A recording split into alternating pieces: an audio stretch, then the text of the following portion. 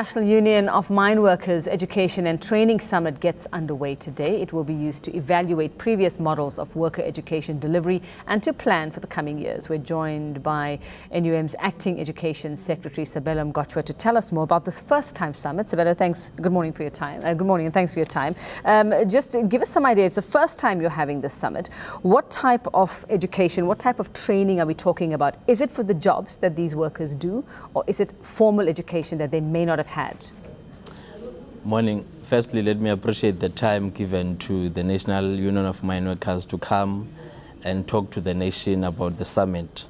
Firstly, to come to your question, the National Union of Mine Workers is going to have its summit for the first time in the country to plan and take forward the priorities of education.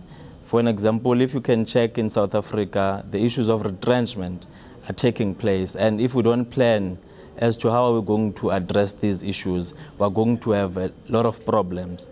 And amongst the priorities that we want to come up with or achievement is to ensure that our training center is registered with ahead, and also we are having a practical training where we'll be reskilling our members that are faced up with retrenchment. We also want to prepare our members in as far as managerial positions is concerned and labor law issues.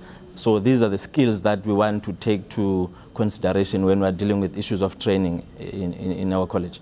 So you say training for those who might face retrenchment. So you will probably, identify a skill that they might have in another industry altogether and train them for that or push them in the right direction? How exactly do you plan to do that? Our plan, it's not basically on the people who will be retrenched, but we want to plan for the next 10 years. What is it that we can do as the National Union of Mine Workers? What is it that we can do in order to align ourselves with the economic radical transformation that our country is moving towards? How do we best bring best entrepreneurs in the country? How do we develop young people? Because if you remember, National Union of Mine Workers, for quite some time, it has never been a workerist-oriented organization. We have been involved on societal development issues. That is why we also want to ensure that while we are developing our members, but society is not left behind. Well, you speak of radical economic transformation, and I'd be interested to know how you're going to explain it to the workers to talk about, because, I mean, like we know, it's very vague on what this is. How have you identified how you will actually sort of push them in that direction or equip them for whatever it means is going to happen? In simple terms, for us, economic transformation means that you must give a poor person something to live with, something that will assist him or her to survive for a long time. If you have got a mine in Rustenburg, how do you bring young people together in order to be the ones that are supplying the mines with certain machines? How do you develop female people who are vulnerable out there? Who is supplying the uniforms for the mining industry?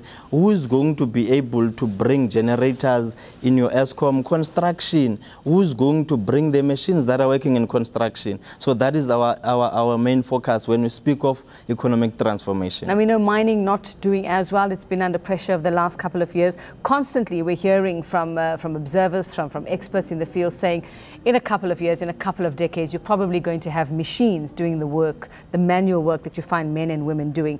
How do you plan to address that? I mean, I don't know if you buy into that at all, that their jobs will become to be taken over by machines. But how do you help them sort of build futures with that in their future? When you speak of mechanization, you are speaking of job cuts, and the priority of any trade union is to defend the jobs.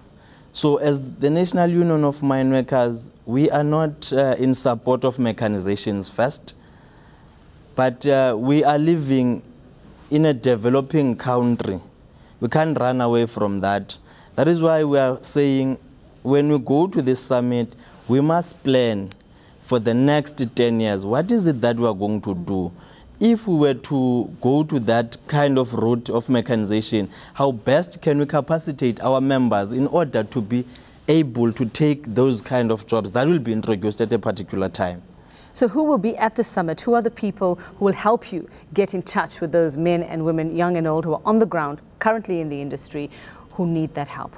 Who will be there? People who will be attending our summit, firstly, it's going to be our regions that are made by branches, delegates from different branches.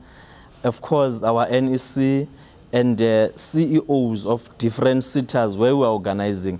And of course, our alliance partners, they will also be part. Be part of that. When do you plan to start this education and training? How soon after the summit will it kick off?